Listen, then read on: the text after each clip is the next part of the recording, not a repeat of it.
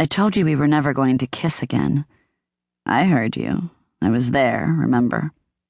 While I enjoy the hell out of kissing you, it's not mandatory for going to bed together. Admit it, he growled softly. You're tempted.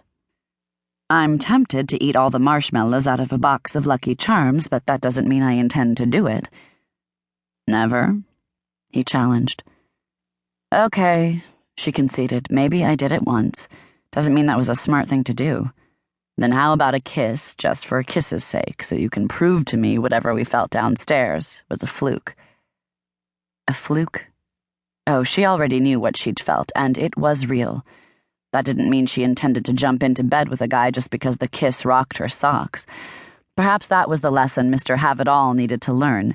She could turn the tables, knock him off balance with a mind-numbing kiss, and show him she could, and would, still walk away. Excitement pooled low in her belly at the thought.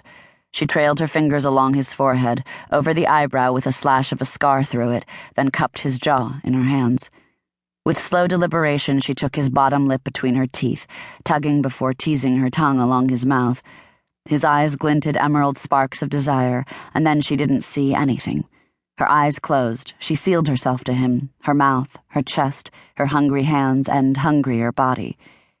This kiss was different than the reserved connection on the balcony where there'd been the threat of interruption.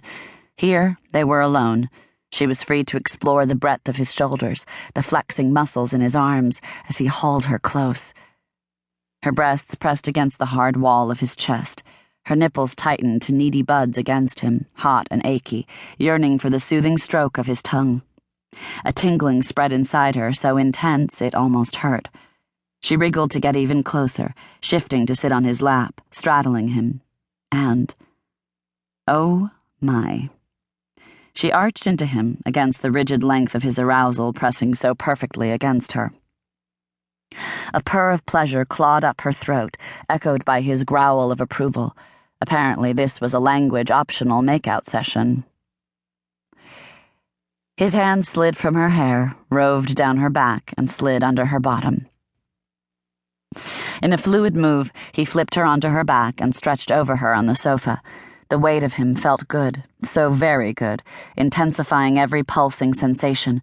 The fabric of the sofa rubbed a sweet abrasion against her tingling nerves. She hooked a leg over his, throwing back her head as he kissed along her jaw and over to her ear. His hot breath caressed her skin with the promise of how good that mouth would feel all over her body. She tipped her face, shaking her hair back and giving him fuller access as he tugged on her earlobe with his teeth.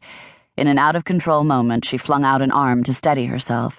Her fingers clenched the coffee table, sending her full china cup clattering to the ground.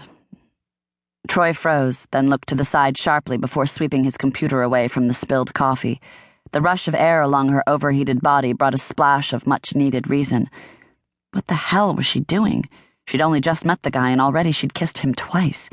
She'd wanted to show him how she could kiss and walk away, and she'd ended up beneath him. Gasping, she swung her feet back to the ground, her toes digging into the plush Persian cotton. The rush back to earth was slower than she expected. Her senses were still on tingling alert. Giving in to the temptation to kiss him hadn't been her best idea. She should be focused on the video feed, on finding Mr. Mystery Cohort as soon as... Squinting, she studied a far corner of the screen, just a hint of a flashy gold ring that looked familiar, with some kind of coin embedded at the top. The fog of passion parted enough for her to process what was right in front of her eyes. Troy? Hold on a second. She grabbed his shoulder. Her fingers curled instinctively around him for a second before she pulled back. What's wrong? He looked over his shoulder. On the TV, can you play with the image for me? There. She pointed to the top left corner as he righted his computer and sat again. Can you find a reflection of the face of that guy wearing the ugly gold ring? Of course I can. He dropped back onto the sofa with his laptop, his hair still askew from her frenzied fingers. She seriously needed to rein in her out-of-control emotions. She clenched her fists against the temptation to finger-comb his hair back into place.